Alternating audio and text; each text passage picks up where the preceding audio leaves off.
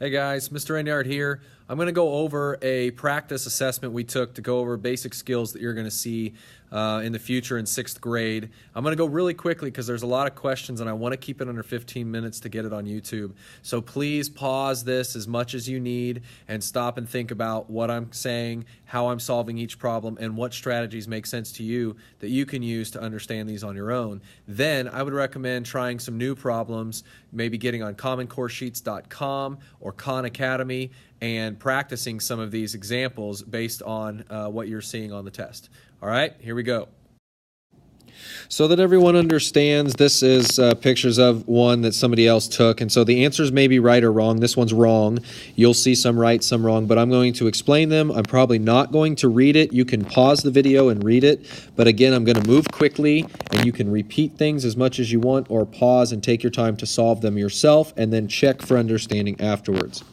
Bottom line is in this one, A is at 5 below sea level, so A is here. I draw the number line so that I have a visual.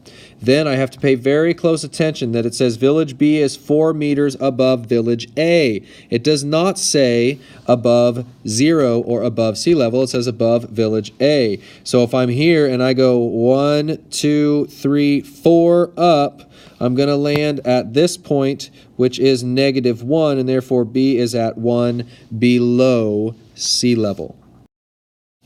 In understanding a question like this, the first thing I need to do is know what symbols mean and what it means if a number and a letter are touching. So 2a minus 2b is the same as 2 times a minus 2 times b. I then always give it an if. I give it real values, and then I can test them out and go through each set of problems to see which ones give me the same answer. So I like to use 10s and 5s or 5s and 10s depending on the situation. I chose 10 here because 20 minus 10, if b is 5, that would be 10, I would get 10. It gives me a positive answer. So now I'm looking for one over here that also gives me 10.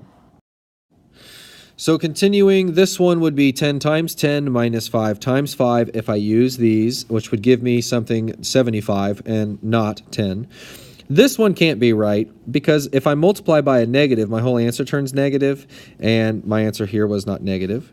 Down here, this one can't be right because it's saying that 2 plus a is the same as 2 times a, and I know 20 is not the same as 12, and over here it says that 2 minus b is the same as 2 times b, and so I know this isn't right. So just by process of elimination, I know it has to be this one, but I will prove it. A plus a is 10 plus 10, which is 20.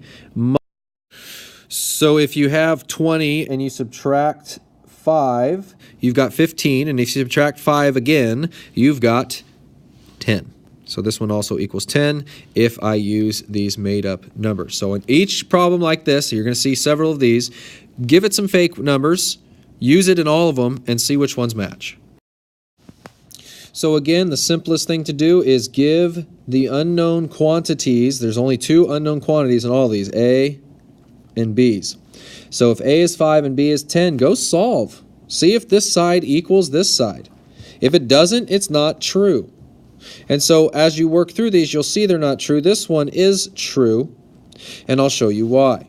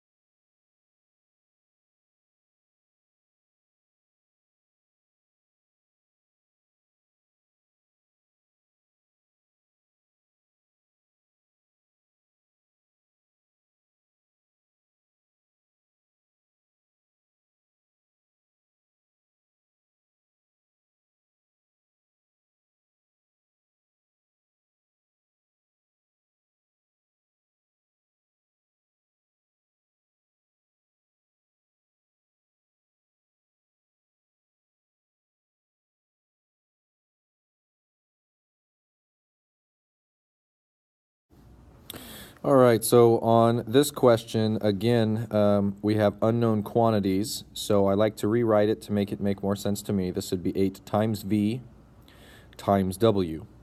And if we give V a value of 5 and W a value of 10, that would be 8 times 5, which is 40, times 10, which would be 400. So I'm simply looking for the next one that equals 400. Well, this would be 5 times 5 times 5 times 5 times 5, which would be 5 to the 5th power, which is going to be way over 400.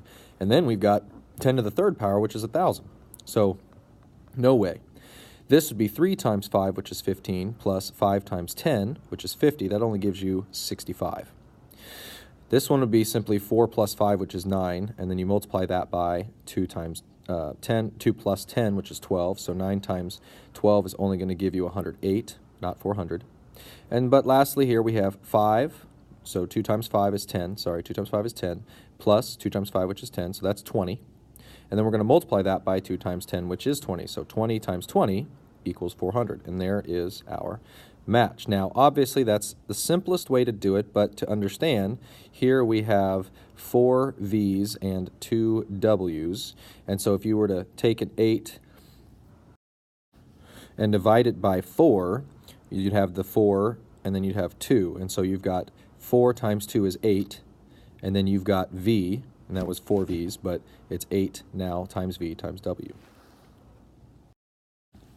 So another good strategy on word problems, of course, is to make sense of all the numbers and situations going on. Don't leave it in this long, drawn-out, written by someone else. Put it in language that makes sense to you. Now, this language makes sense to me. So the pencils, all right, is an unknown amount, so unknown pencils at 75 cents. So unknown pencils times 75 cents, and I'm adding that to an unknown amount of erasers times 50 cents, and to an unknown amount of notebooks times $2. Once I've done that, I can then realize that if I'm returning 2 notebooks, that's returning 2 sets of $2, and 1 pencil, that's returning 75 cents.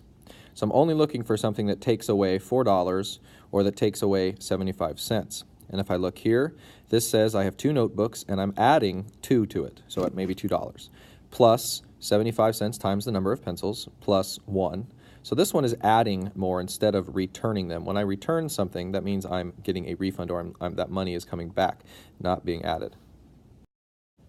And since I'm looking for his cost, I'm looking for the one that takes the cost of these away.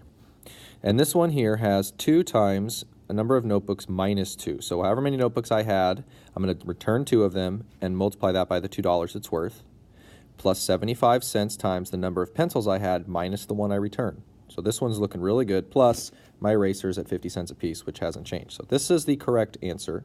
And if you want a breakdown of these, just leave a message for me and I will break those down as well. Now this problem, he's not right. Don't pay attention to what he's put. Susie's M, all right, that represents her miles. Mary goes 2 miles farther than, which is going to be a plus 2, or 2 plus, right? 2 plus whatever Mary is, and hers is 2/3 of Susie. So that would be 2/3 times Susie's, so we're going to say 2/3 of Susie, and then we have to add 2 to that. So of course that would be right here.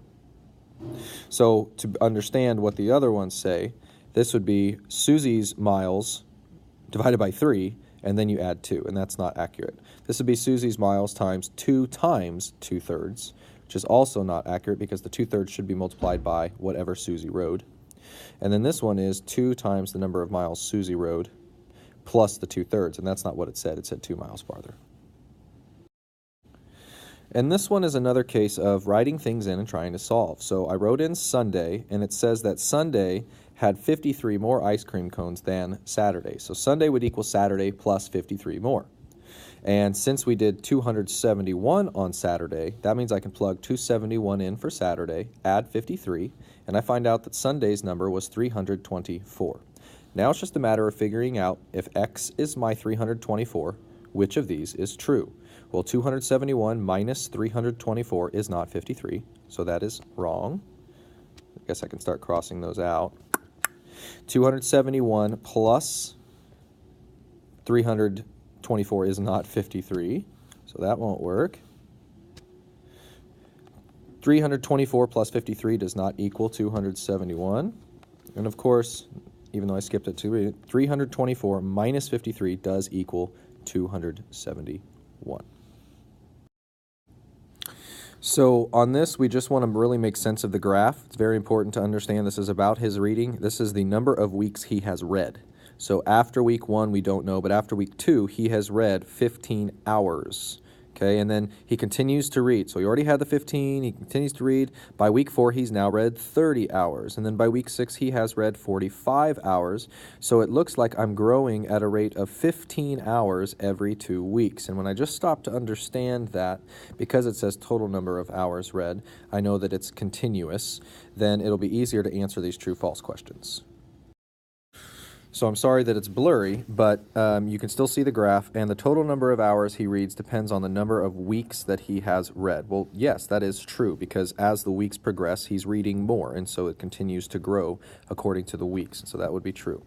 The equation T equals 7.5W would be the time he reads is 7.5 multiplied by the weeks he read. So plug them in. 2 weeks times 7.5, does that equal 15? Yes.